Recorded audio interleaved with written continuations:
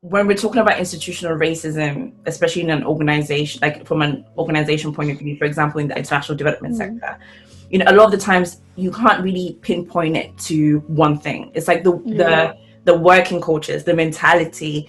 You know, I was saying, you know, the other day on social media that actually I know that I have not been given jobs in the past because I didn't fit the working culture. That was actually the feedback.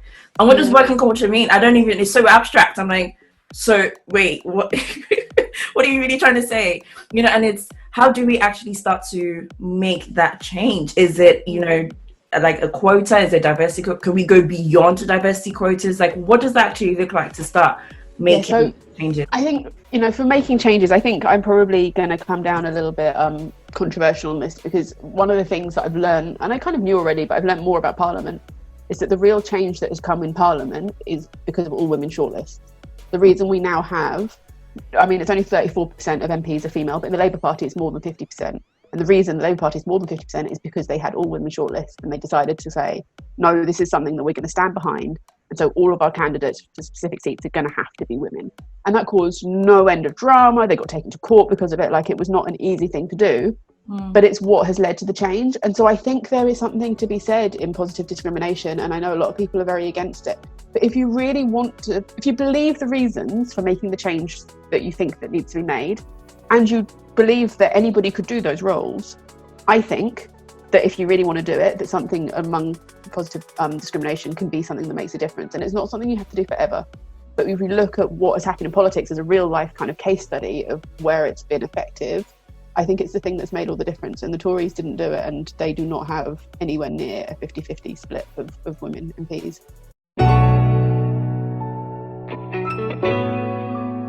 In my head, I'm like, it's not a campaign though. Like for a lot of Black people, this is our lives. It's not just for organizations right now to be like, let's put out something there as a brand. You know, it's what are you actually doing behind closed doors?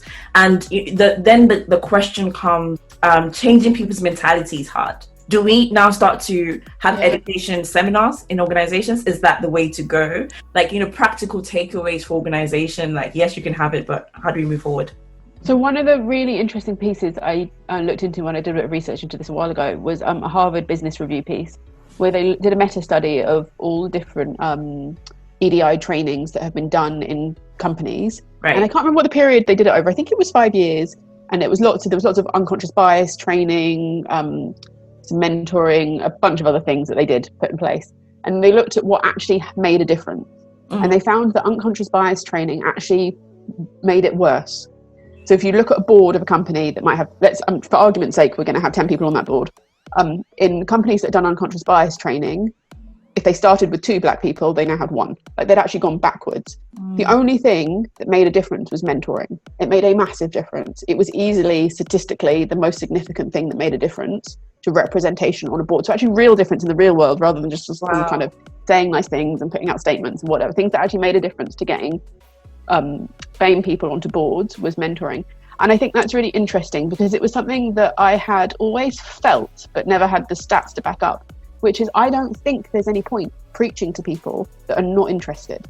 You know, you drag along people who are not interested in race, who don't understand, who are not interested to unconscious bias training, and all you do is make them feel they've ticked a box, and then they go back to their lives and they carry on being who they're being. Like, it's just a waste of everybody's time. And I think as a person who often would want to run those things, it's also really demotivating to having a bunch of people in the room who don't care what you're talking about. It's just a proper waste of time.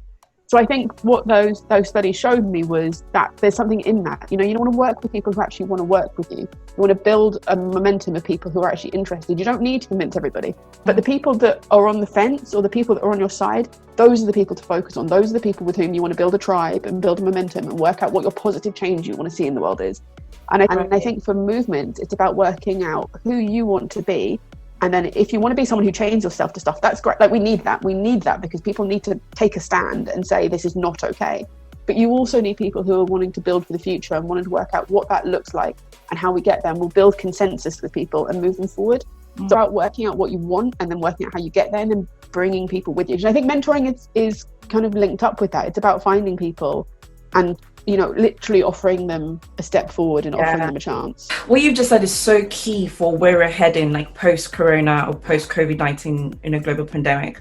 The reality is what COVID-19 has done is just really shown the inequalities, the deep-seated inequalities that we have. And sometimes I think, that's why especially George Floyd's issue blew up the way it's done, because even in a global pandemic, we're having to fight a racial pandemic. So it's like now we're going to go post-COVID, and actually the people who are already behind are going to go further behind. And this is with employment opportunities, jobs, access to jobs. And we have a lot of young Black people coming from university or, starting college or whatever it may be. And again, is having to fight those hoops and those obstacles. So actually something like mentorship, is actually a really good way to open your arms and say, right, we're creating a room. And I also think something I've seen from the last 7 months of being in politics is there's a lot of, and it's something I did as well. So, no blame for anybody. But there's a lot of sending emails and saying, well, it's your problem now. I've sent my email, so now you need to fix it.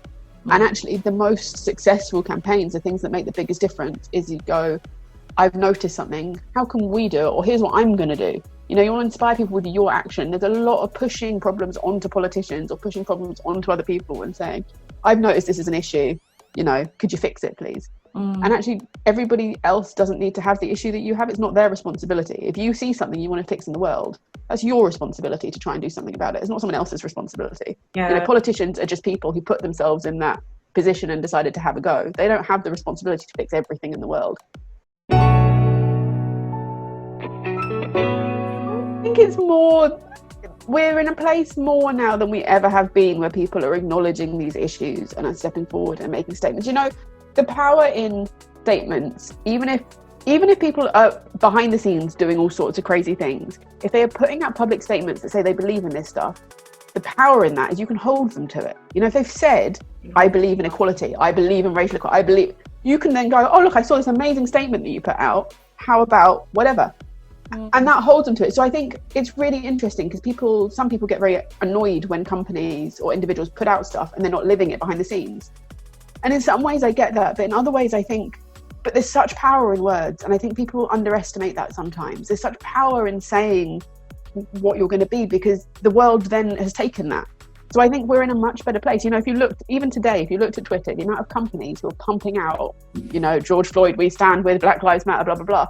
Take some of those companies and get in touch with them and be like, oh, you said all of this stuff. What do you want to do about it? And you'll be surprised, I would say, about the amount of companies who will then go, oh, no, we did say that, didn't we?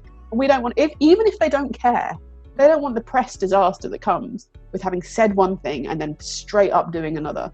So I think there is a real opportunity now to jump on that. And I think that's down to people like you and me to kind of hold people to account for it a little bit. The people who want to get a step into the sector or want to get a step into work, to say, well, you said this, now's the time to, put your money where your mouth is. Do you really mean it? In that case, so let's take an example. I'm just a typical average white person at work, right? And God, what does that feel like? I do realize that in my workplace, it is not diverse at all. Everyone looks the same or came from the same schools. In my head, just as an average person, I'm not a senior member of staff. I'm just like, your officer, coordinator, assistant, whatever it may be. How can I start to make change at my place of work? I guess the first thing is to figure out what change you're trying to make. Are you trying to get your advertising more diverse? Are you trying to get more diverse thoughts in? What type of diversity are you looking for? Are you looking for gender? Are you looking for, sexuality? Are you looking for race? Are you looking for anything? You just want to switch it up? And the reasons why you want to do it as well. Like, there's no point going to a senior manager and being like, I think we need another Black person in the office. For what? Like, you need to come up with the reasons why it's going to make a difference. And there is lots and lots of evidence out there for why diversity matters. Diversity of all sorts. Diversity of skin colour, but thinking types, age, disability, like all of that is important. But you need to go and do, I would say the first step is go and do some research about why you think diversity is important. Like, just saying diversity is important isn't enough, and it's not going to convince anybody of your business case. So I would go and do some research and then bring it to, a brainstorm or an idea session or a creative pitch that you're doing or some work you're doing. Bring the reasons why you think the diversity is going to make it better and richer, and start trying to prove it a little bit. So if you can bring some of that and show why it makes a difference, people will then be more likely to get on board. And if you have open management or an open board or people who are, you know, up for hearing it, book a coffee with one of them and go and sit down and say, you know, this is something I've been thinking about because of X, Y, and Z. I've done a bit of research into it, but I'd really like to get your opinions. People love to be asked their opinion on anything. Ask them what they think about it. What you know, have they thought about it? What have they done in the past? Has it worked? Has it not worked? Just try and begin conversations. And I would also say, for the sake of kind of self-preservation, excuse me, work out what battles you want to fight and what battles you want to win. And if you're in a place where it's possible, like, it's very easy to say all of this, but then to be in a workplace that just doesn't accept that this is a thing and isn't interested in it. And I would say you need to figure out what hill you want to die on. Like, I've worked somewhere where these conversations would have been entirely pointless and it would have just been putting my neck on the line for no good reason. And I think you need to figure out who you are and who you want to be, and if you're in the right place as well. Like, it kind of comes back to that conversation we were having before about trying to drag people along with you that aren't interested. If you're in somewhere where you don't feel like you're the right fit or they're not interested in what you're talking about, test it out. And if it's that important to you, find somewhere else there is. There'll be plenty of places out there who want to hear your views, who are into it. You don't have to kind of put yourself over the coals for it. Yeah, I'm just on what you just said. You need to pick the battles you want to fight and the battles you want to win. Like, what does that look like in link terms? I guess there's a lot of injustice in the world. Right. Christ, if I've learned anything over the last 7 months, it's that there is so much injustice in the world. There is so much that is wrong in the world, and you can get really dragged down into that, and it can be hard to focus, and it can be hard to maintain any kind of optimism, any kind of hope, any kind of positivity if you think too hard about everything. I think it's important for a load of reasons. I think what's happening in the world right now means that there's a spotlight on these issues.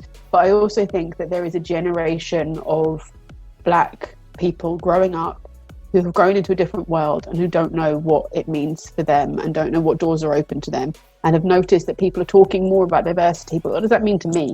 Like, what do diversity programs, what's it going to do for me? Like, how do I navigate this? And how do I actually make change?